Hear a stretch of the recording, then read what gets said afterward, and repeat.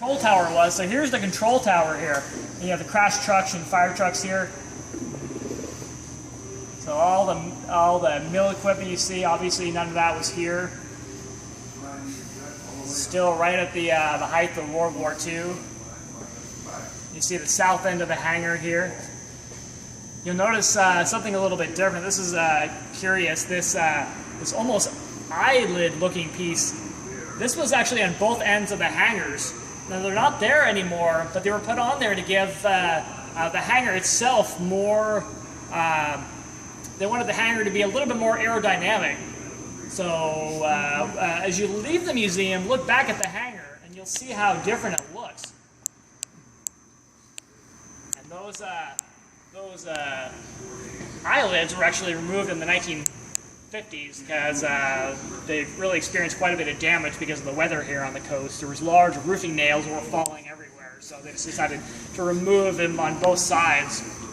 And you see the blimp here. As I mentioned, the blimps were about 252 feet long and 80 feet in diameter, so it took quite a few guys to actually move it. So you have the portable mooring mast here, and then you have a tractor driving this mooring mast.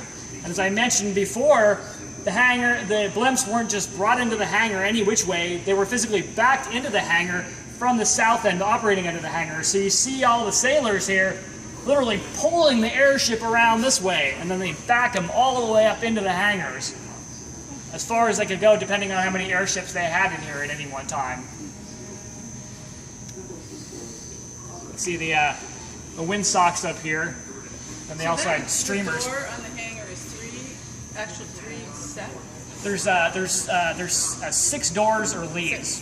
3 on each side. Yeah, and each one weighs between 30 to 42 tons. Yeah, 3 on each side. So where are the doors? The doors are actually, they're all over here.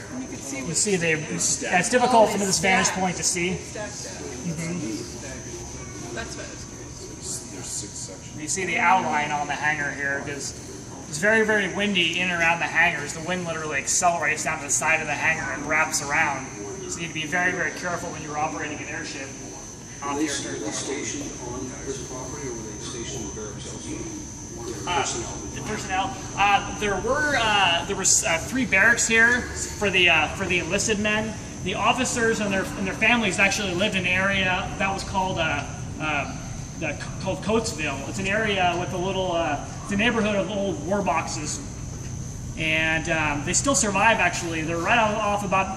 If you guys are in town, right off about 9th Street, behind the Liberty School. Yeah, all those little houses. Yeah, very cute set of homes. We have a lot of pictures of when it was Coatesville, actually. So nice manicured lawns, and not that it doesn't look nice now, but it's certainly different. 70 years later. Yeah. And there was also residences for the officers in charge and such. Some of the higher ranking officials actually had residences physically on the base. But there were barracks which are no longer here. We hope to one time be able to offer like old base tours as well. One of the Naval Air Station.